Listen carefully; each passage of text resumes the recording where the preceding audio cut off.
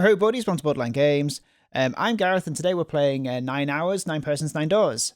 And I think this is episode 28. We are closing in on possibly the true ending of 999. Last time, there was a bunch of truths that were revealed. We revealed that Zero's true name is AOE, spelled AOI, and also Akane, or June, is actually AOE's sister. And she supposedly died 9 years ago, but clearly she didn't. And we solved the study room, I think it was called. And then we walked out down the corridor, and then we eventually found the incinerator, in which we saw again Ace holding what's her name, Lotus, at gunpoint. And anything else? We saw that Ace was holding Lotus at gunpoint, and Santa, or AOE, was down on the floor, out for the count, as well as who else would have been there? June was, Akane was also not well, and he was about to shoot Lotus, I guess, or something. We're now going to stop Ace, and we're all alive at this point, right? Apart from number 9. Interesting. Let's go. I took the gun. Ace. He did indeed have the revolver in his hand. You do indeed have the gun, Ace. It was pressed against Lotus's temple.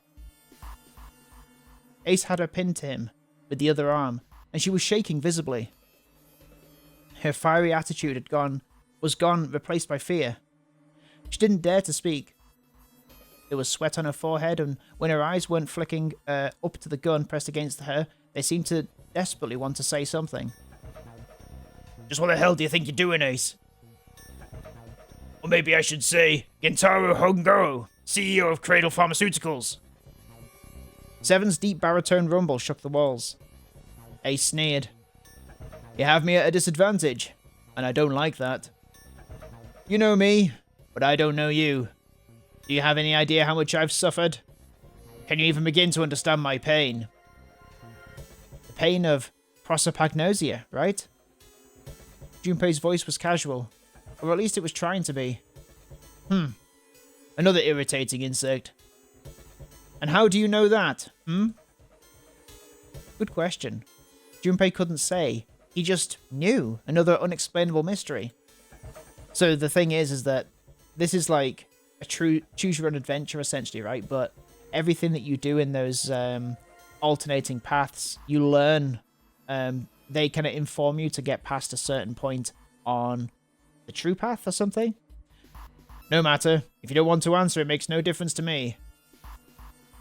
This is a waste of time anyway. It's time for me to go.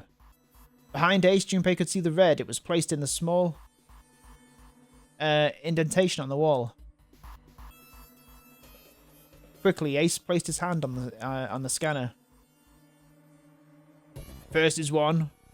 Give me your hand. Ah! It beeped, and he forced Lotus's hand onto it as well. 8. And with this, then at last he reached into his pocket of his jacket. He pulled something out and pressed it against the panel. The third asterisk appeared on the red. Oh, so is that June's one? This wasn't hers 0. Is that what it was? Oh, 9. No, that's right. June's was 9, and Santa's was 0. The thing he'd used for the final verification was the bracelet with the number 9. Oh, but that isn't a 9. We know that's not a 9, because June's is definitely 9. The 9th man, Kuboto's bracelet. 1 plus 8 plus 9 is 18, which is 9. I believe I've won this game. His smirk made Junpei's blood boil. I've had quite a time playing with you. I must thank Zero, I suppose. Wait, what? Ace doesn't know who Zero is. Junpei's eyes flicked towards Santa. Ugh. He hadn't moved since they'd entered the room. Santa was still holding his stomach and groaning as if in immense pain. Junpei wasn't sure if it was real pain, but he wasn't sure it wasn't either. What the hell are you planning, Santa? At any rate, this game ends now. I'll escape and the rest of you will have a slightly less pleasant ending. I suggest you enjoy your final moments. Goodbye. Wait! Ace, of course, paid no attention to Seven's request and laid hold of the lever on the red. With a sickening sense of finality, he pulled it.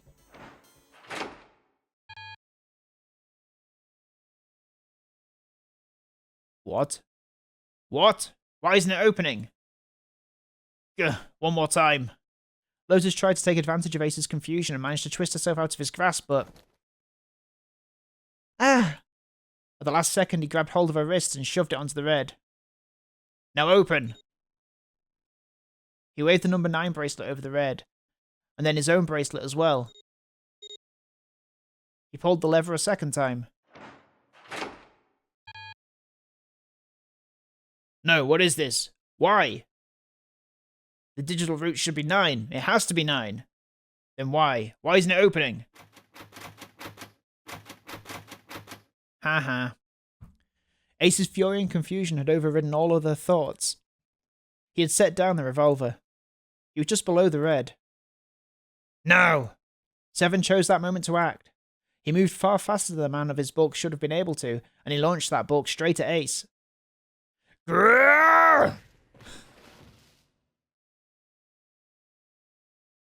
was over before he knew it. Before they knew it. Ugh. In the blink of an eye, Ace was on the floor. He rolled onto his side, groaning in pain. Ugh.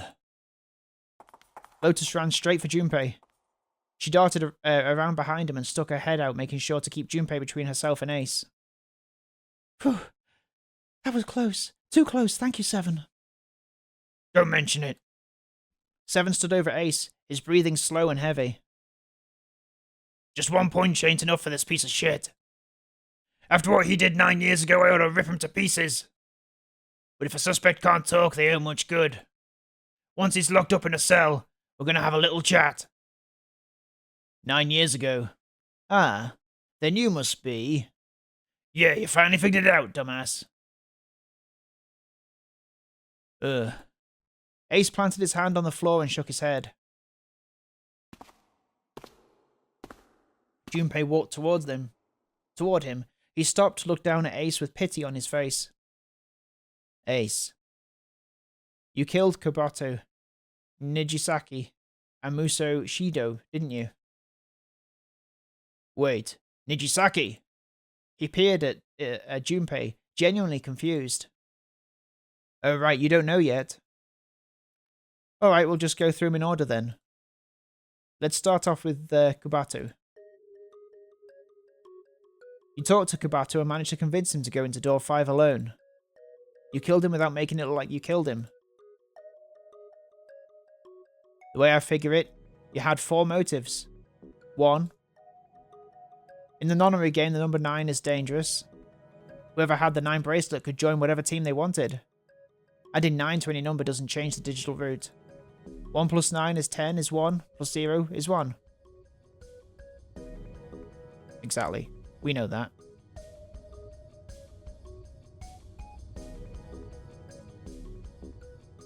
Which means that number 9 could do whatever they wanted. You wanted to remove that threat as soon as possible. 2. You wanted the number 9 bracelet for yourself, so that you could make use of its power. In fact, you did use it in the murder of Nijisaki. 3. Even if his number hadn't been 9, Kubota was a problem. He knew your past. He knew what had happened 9 years before. You needed to silence him before he told anyone. 4. Well, last and perhaps the most disturbing. You used Kubota as a test. You wanted to know how serious this nonary game was.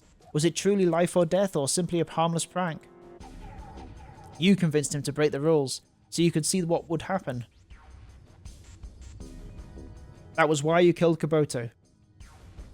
But he was only the first. Next was Nijisaki. While everyone was off looking for the missing parts of the Reds, you ran into Nijisaki near the big hospital room. However, because of your prosopagnosia, you didn't realize it was Nijisaki. Chiefly because when you met him, he was dressed like Snake. That was why you thought Nijisaki was Snake. No, that's not... That was Nijisaki! Why? How did... I'll get to that. Anyway, you thought he was Snake. Snake was one of the kids in your experiment 9 years ago. You remembered him because he was the blind kid. But his presence made you think. Snake was one of my subjects 9 years ago. He probably hates me. But if that's true, why isn't he saying anything? Is he keeping quiet because he can't see? Or perhaps he's working with Zero to get revenge on me? Whatever the reason, anyone who knows my past is a threat. Before he tries anything, I need to get rid of him. That was when you decided you had to kill him. The murder weapon was Kabuto's bracelet. You just waved it over the red, verified your own number, and then grabbed Nijisaki's arm and forced it over the scanner panel. Then, when the door opened, you kicked him in. 9 seconds later, the door closed. And then 81 seconds passed. And poor Nijisaki was dead.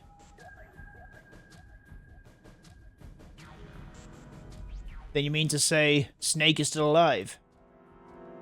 Sorry to disappoint you, but I'm as good as new. Thank you for killing the wrong man, but I can't say I like knowing that you wanted me dead. Although, to be honest, even if you hadn't tried to kill me, I would still hate you very much. Huh, well, I wouldn't blame you. Ace's self-derision was frustrating. But Junpei kept his emotions in check and continued. Last, but not least, let's talk about Musa Shido's death. When Clover and I were investigating the chart room, you came over to talk to me. Do you remember what you said? Oh, a pocket watch. Might I take a look at it? I handed it to you and you left the room. You've been in charge of the nonary project. Of course you would have known the solution to every puzzle. Which would mean that you also knew how to get out of the wheelhouse. All you had to do was place the watch in the indentation on the door to unlock it. With the door open, you could enter the captain's quarters. Musa Shidoru was there. Conveniently placed next to him was an axe that practically begged you to kill him with it. You picked up that axe and buried the blade deep in the other man's chest.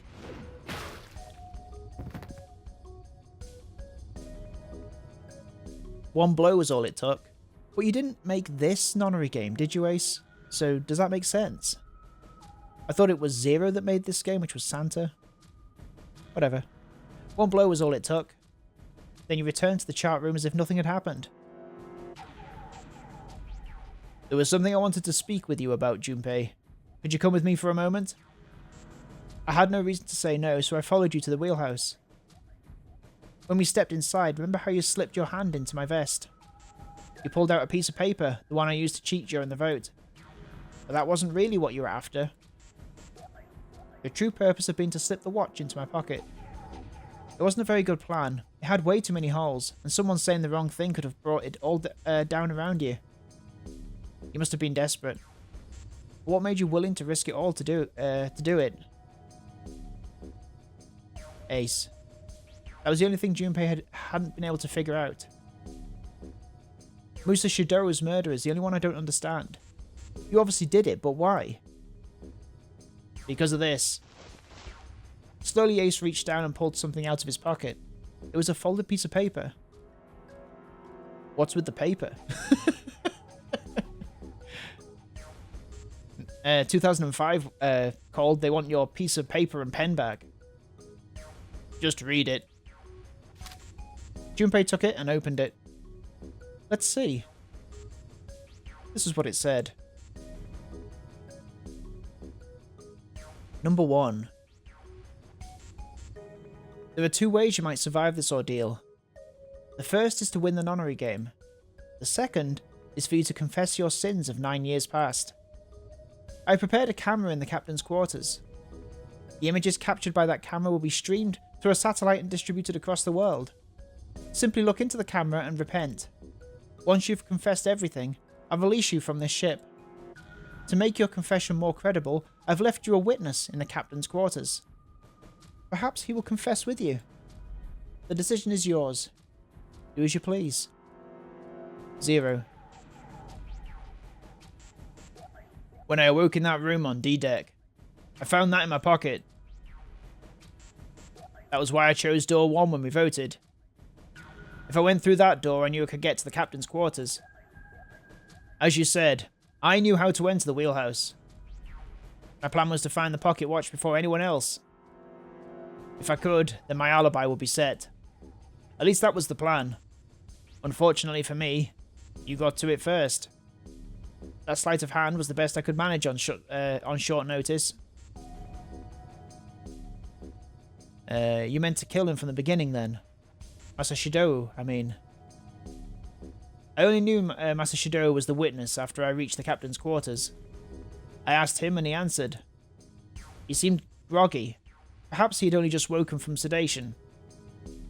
I suppose Nijisaki was in much the same state. He seemed confused and disoriented when I encountered him. Well, yes, you're correct. I intended to kill him from the beginning, even though I didn't know who he was. I proceeded to the captain's quarters in order to remove this so-called witness. Ace had confessed everything. What energy he had left with him, with the truth, and he sagged on his knees. Although he had confessed, his sins were not forgiven. Junpei felt revulsion for the pathetic man on the floor near his feet. But in among the revulsion was a hint of pity. After all, Ace had not been the only person who murdered those 3 men. Junpei spoke quietly.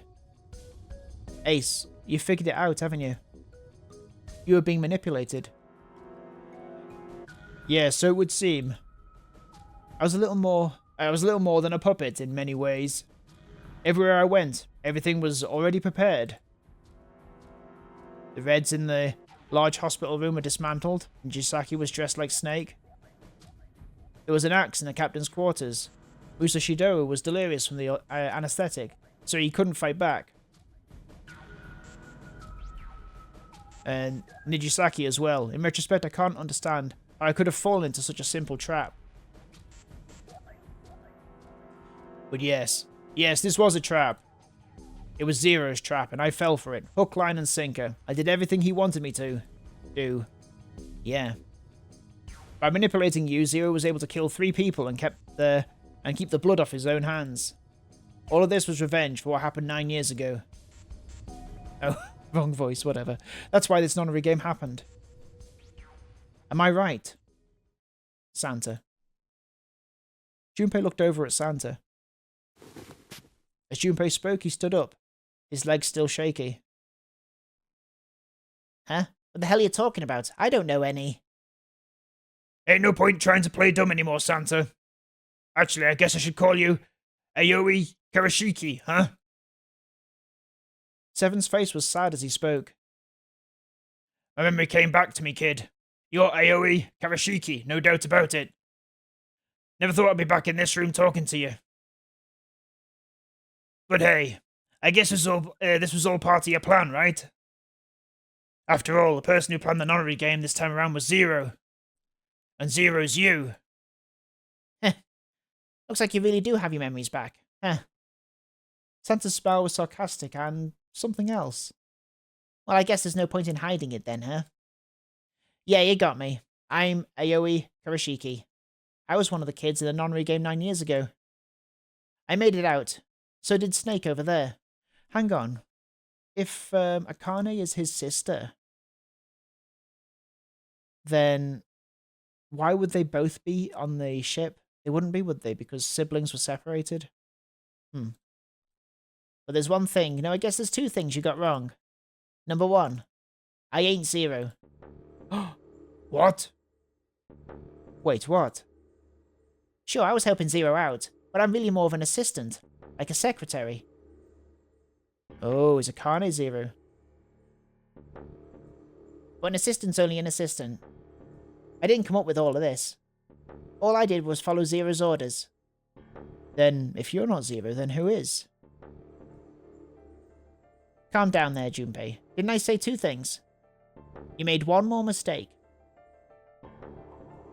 Junpei, you just said all of this was revenge for what happened 9 years ago.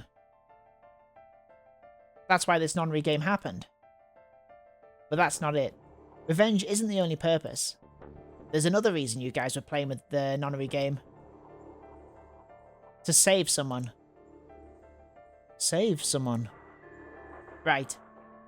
You were brought here to help my sister. To save Akane. What the hell are you talking about? Akane Karashiki died 9 years ago in this room. I was there, I saw. Suddenly, Seven froze. His eyes went as wide as dinner plates and he spun around toward June. Junpei followed his gaze. What? She was gone. Where June had been, there was nothing. What the hell? Where is she? Where's Akane Karashiki? Seven began to mumble to himself, a strange series of words strung together as if his mind wasn't functioning properly. His face was twisted with effort, as though he was struggling with something they couldn't see. He gritted his teeth and pressed his hands against the sides of his head. Ugh! My head! My head! It feels like it's gonna pop! Seven, what the hell is going on? I don't know. I swear to God, my head feels like it's about to explode. From somewhere far away, they all heard a deep, heavy noise. It sounded like a tremendous wheel being slowly turned. Santa seemed to have entered an almost trance-like state. His words were calm and measured. What was the non-re project? I'm sure you know already, but I'll tell you one more time.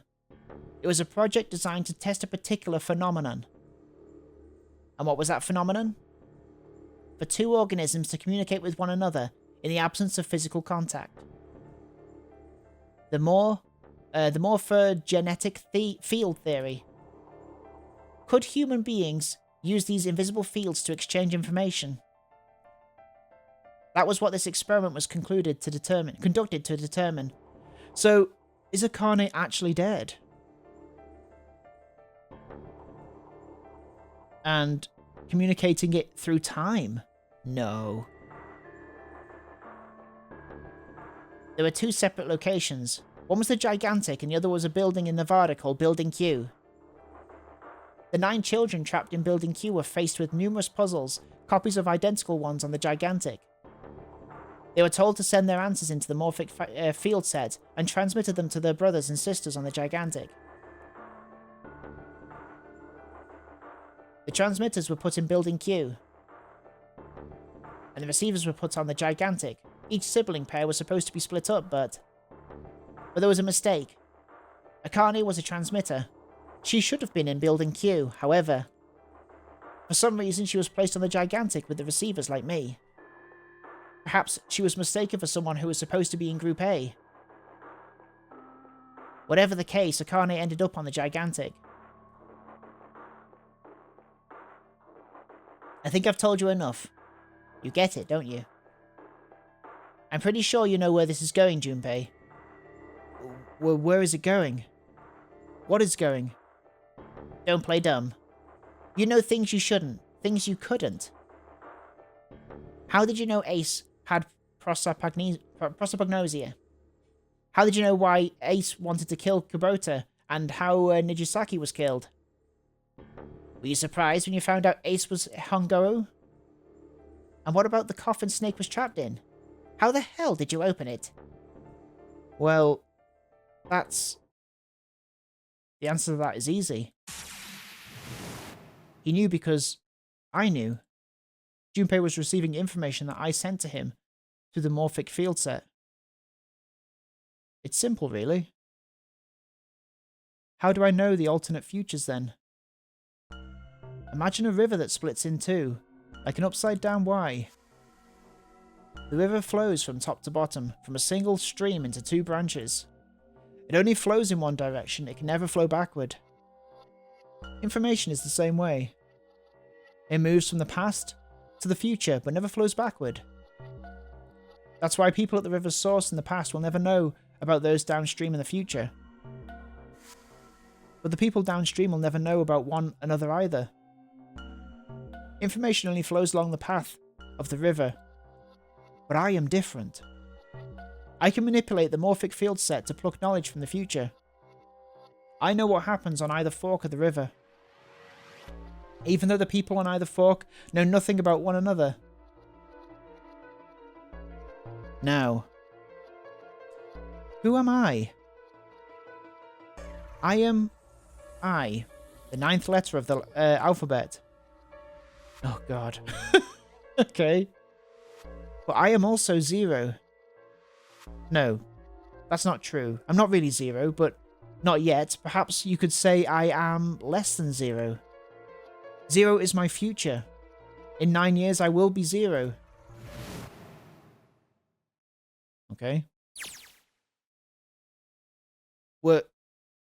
Hang on. Where did she go? June. No, Akane. Where did you go? Santa! Why is Clover... Oh shit. I can't actually change this. What's going on? Freeze.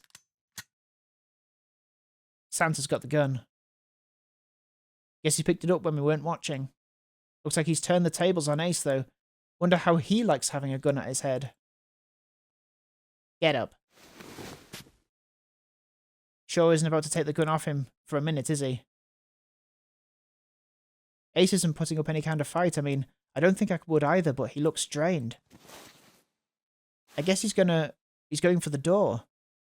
Huh. He doesn't need to verify to go through that door, but... Hey, what's your plan, Santa? Where are you going? What are you doing? You can't get through any numbered doors with just 2 people. What the hell is he thinking? Didn't I tell you? I'm Santa Claus. It's time for me to make a wish come true. That's it. That's all he's going to give us. What the hell does that even mean? Shit. They're out.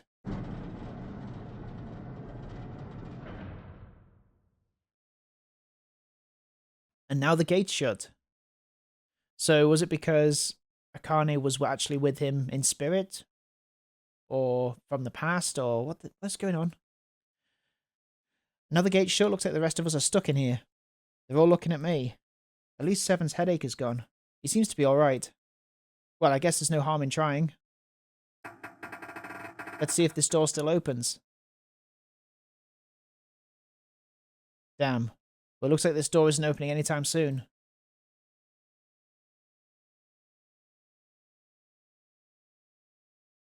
You mean we're trapped? So it would seem. What the hell is Santa trying to do? Oh my gosh. Oh my gosh, what? Have you considered where we are? There can really only be one thing Santa would do now.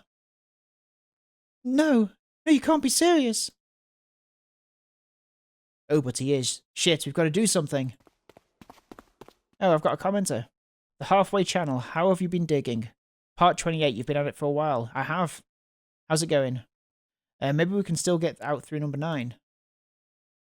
There's the red. Yeah, alright, we can do this. I've just got to... No, it's not going to work. There's no way. The 5 of us can't open this door. 2 plus 4 plus 5 plus 7 plus 8. 26. 8. Is there any combination that'll work? Junpei, can I borrow your pen and notebook? Sure, why not? I don't think I'm going to need them.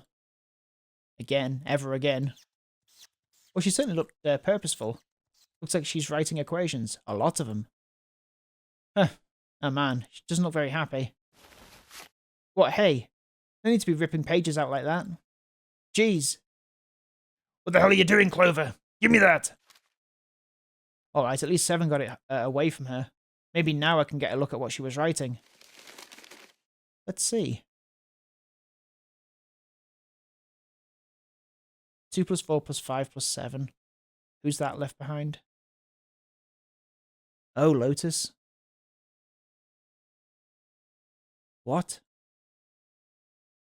Then there's no other way. Lotus. Looks like she'd figured it out, though. Man, this is just too cruel. It's okay. Go. Lotus. Come on. You know we can't do that. Oh, don't give me that. I'm sure you'd love to get rid of me. God damn it, you idiot!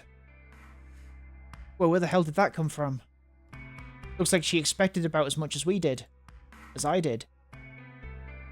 Without, if you're not... Look, it'd be bad, alright?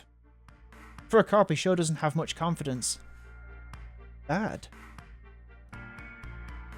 Yeah. If there weren't assholes like you around, I'd be out of a job. Huh? Look, I'm just not leaving you behind, alright? End of story. 7. He's right. I'm not leaving you either. Me too. You didn't honestly think I'd abandon you, did you? You're all idiots. Act as tough as you want, Lotus. We can all see you're about to cry. That being said, however, I doubt we'll be able to open the door anyway, even if we were to leave Lotus behind. Huh? Why? I trust you remember what happened to Ace. I couldn't see exactly what happened, but I was able to guess that, what he was attempting to do earlier at the Red. Oh yeah. No, what is this? Why? The digital route should be 9. It has to be 9. Then why? Why isn't it opening? Just to see. Why don't we give it a shot? Give it a shot. Yes, that is what I said.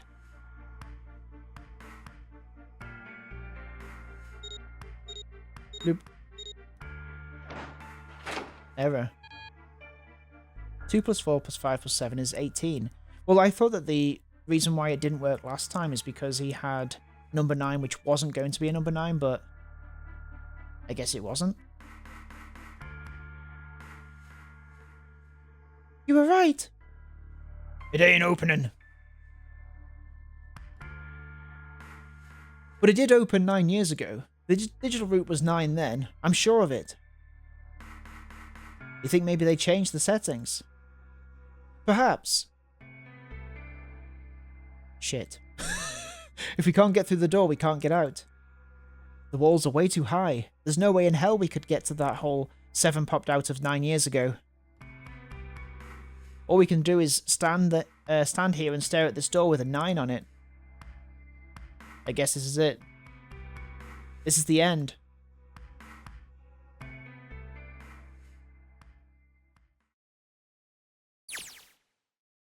A carne vision. So it was a carne? I was watching. I had watched everything that was reflected in his eyes. I was listening. Every sound that vibrated in his eardrums I heard. Smell, taste, touch. I felt everything he felt. I knew. I knew everything about him. What he was thinking, what he was feeling, what he was sensing.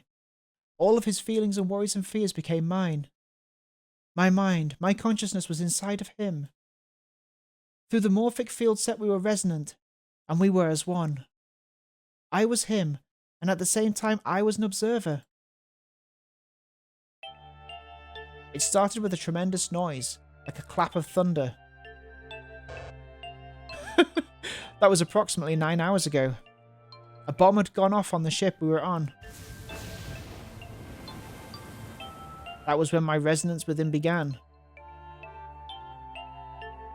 My resonant event melted into him, and we became one inside of Junpei. What? Melted into him and we became one inside of Junpei.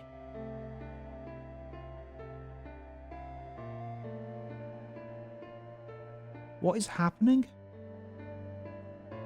Somehow I found myself in Junpei's mind, 9 years in the future.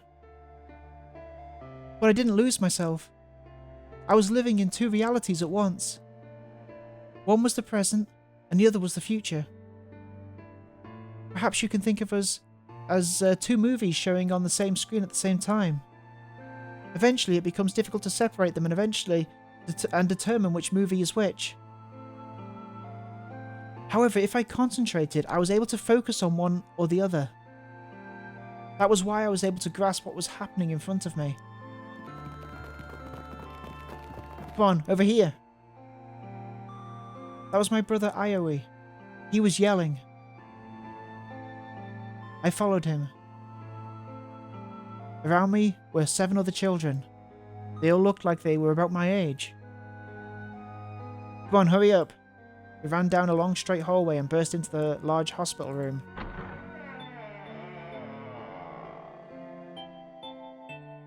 Everyone was arguing.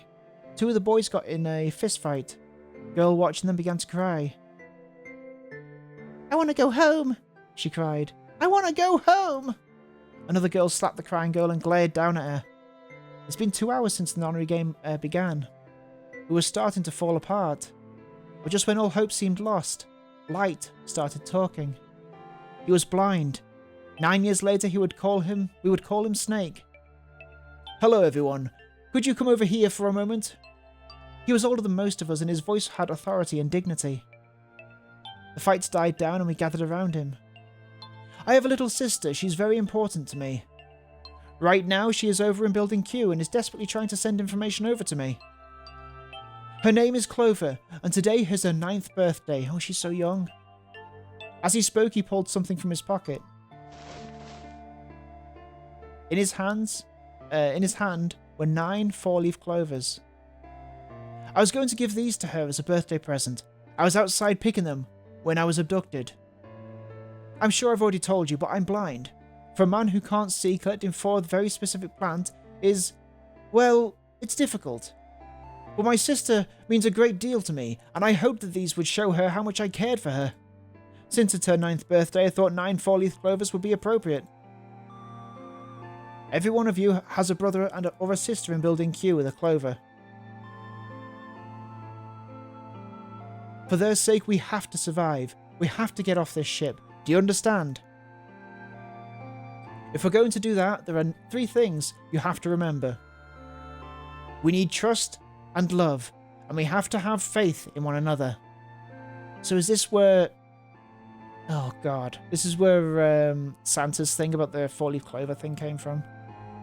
If we can take all 3 of those to heart, then I promise that good luck will come our way. Did you know that the leaves on the 4-leaf clover mean faith, trust, love, and luck? Those words are leaf words. So, if you believe what I've told you, and you understand, then I want you each to have one of these. They're a promise between friends. He gave a clover to each of us. I took one too. Eventually, he was left with only a single 4-leaf clover. He had one last thing to say. Now, don't ever forget, as long as you have that, as long as you have that, we will always be connected. Oh, as long as you have that, the clover I mean, we will always be connected. Do you understand? When he finished the tension of only a few minutes before he was gone, we were calm.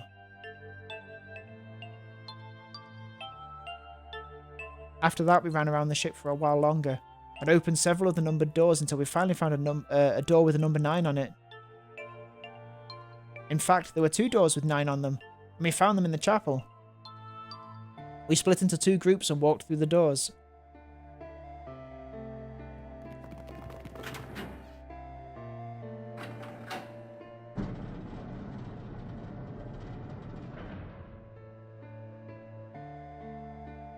Before long, we all found ourselves in a room with a ceiling that looked like an upside-down funnel. For some reason, this room had another number 9. But this time it was the only one. But if there was only one door, that meant only 5 people could escape.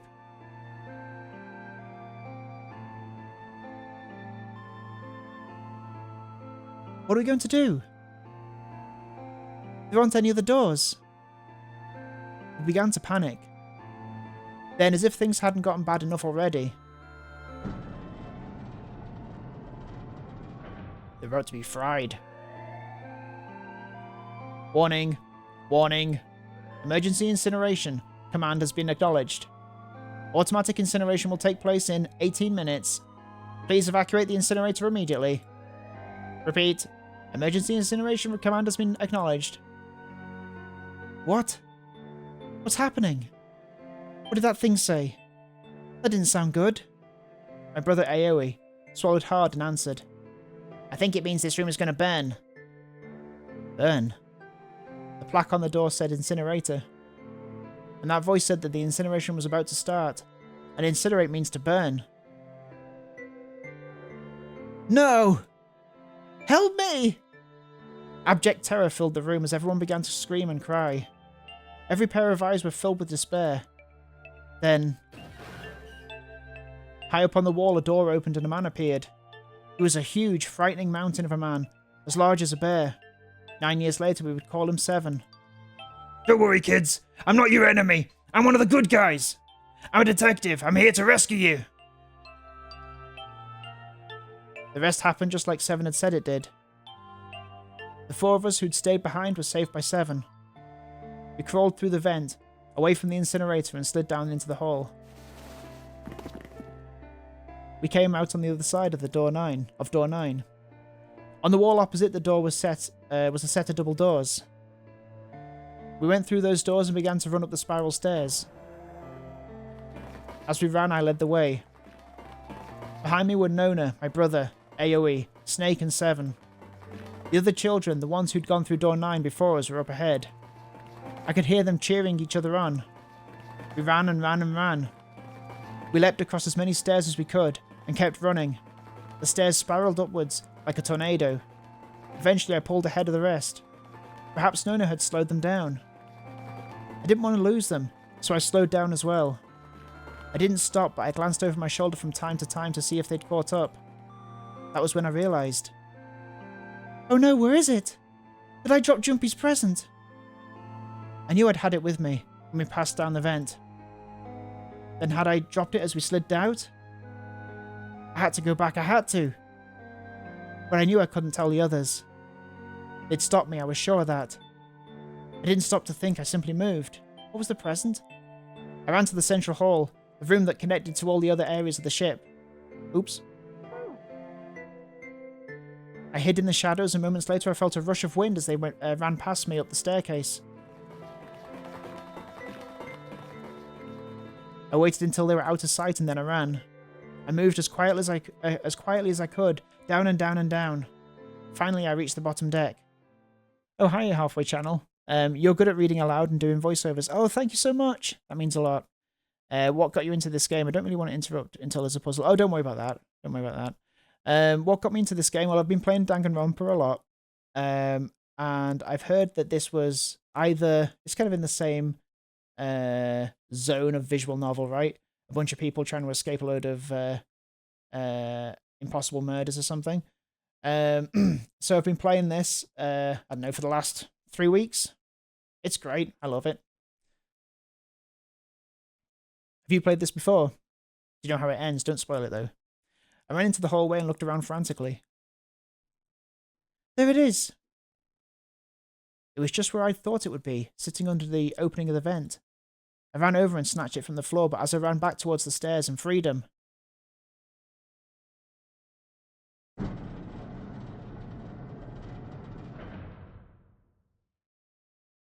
The door to the incinerator opened and a man stepped out. It was Hongo. Gentaro Hongo. 9 years later, we would call him Ace. Ah, how wonderful to see you decided to come back. His smile made my blood run cold. It looked mechanical, as if someone had simply pulled up the corners of his mouth. Creepy. Come with me. We must continue the experiment. I shook my head, eyes wide. Slowly I began to walk backwards. 1 step, 2 steps, 3 steps. Then I spun around and broke into a run.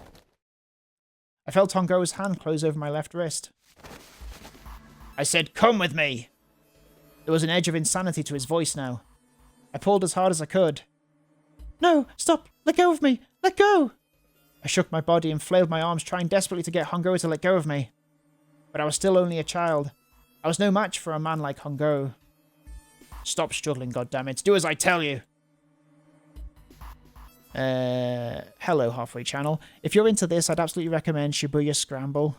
The next 2 games are fantastic. Yeah, any recommendations are great. I'm going to make a note of that. Shibuya Scramble. Okay, cool. Thank you so much. And also, you beat it around 7 years ago, but don't remember how it ends. Okay, cool. Well, this is nice for you as well. He heaved on my arm, trying to put me into the incinerator. I screamed. Help me! Somebody help me! Then suddenly, Akane! The door to the stairs flew open. My brother, Aoi, burst out of it. Behind him came Seven and Snake. Akane! He cried my name again as he leapt towards Hangoro. You came back, I cried out. But then... Ha! You're too late, idiot! Hangoro threw his full weight against my arm, pulling us both into the incinerator. Ah! The force of it threw me to the floor. I scrambled to my feet and looked toward the open number 9 door. Hangoro stood between it and me. But behind him I could see my brother, his fists clenched. But those fists never reached Hangoro.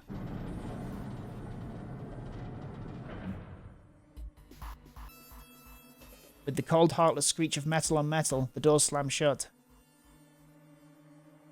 Hangoro glanced at me mechanically. Mechanically? His face registering that there was an object there, but not anything he would consider a human being. Oh yeah, that is weird that he has that condition, doesn't he? Then he turned away and walked to the red and sat next to the door. He reached into his pocket and removed 2 bracelets. He waved them both over the scanner panel. 2 asterisks appeared on the red. He checked the screen, then tossed the bracelets carelessly onto the floor. What was he doing? What was the point? He made no effort to explain himself, of course. He said nothing at all and walked past me, as though I was nothing more than a rock by the roadside. A few moments later...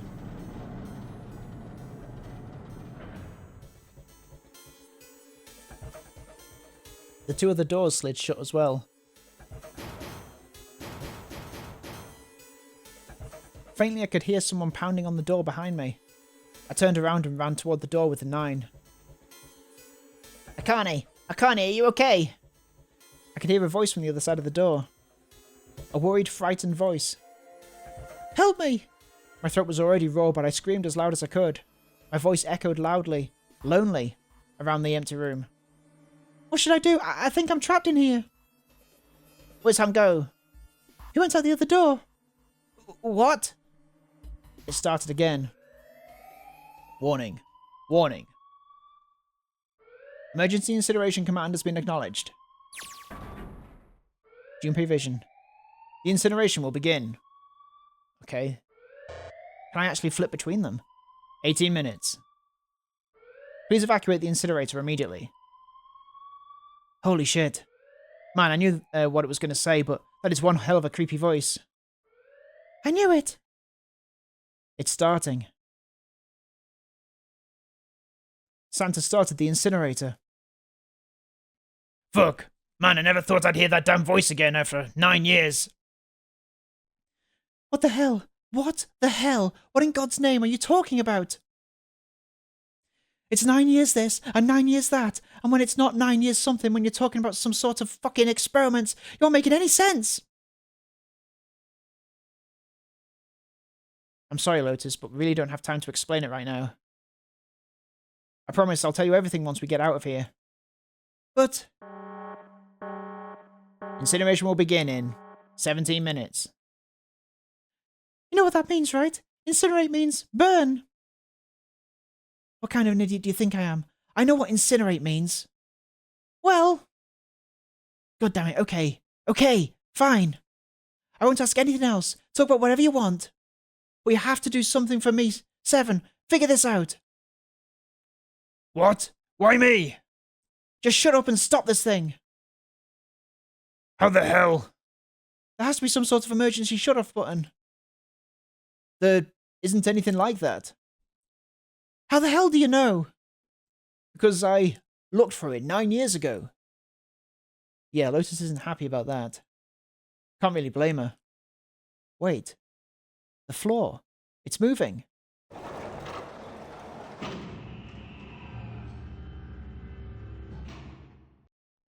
Cool, it's a new console. What else can I say about it, but... What the hell is that? What is that? What else could I say? And I guess that's a good point to call it for this episode of 9 Hours, 9 Persons, 9 Doors. Thank you so much for watching this episode of Borderline Games. I will see you next time. Thank you for keeping me company in the chat.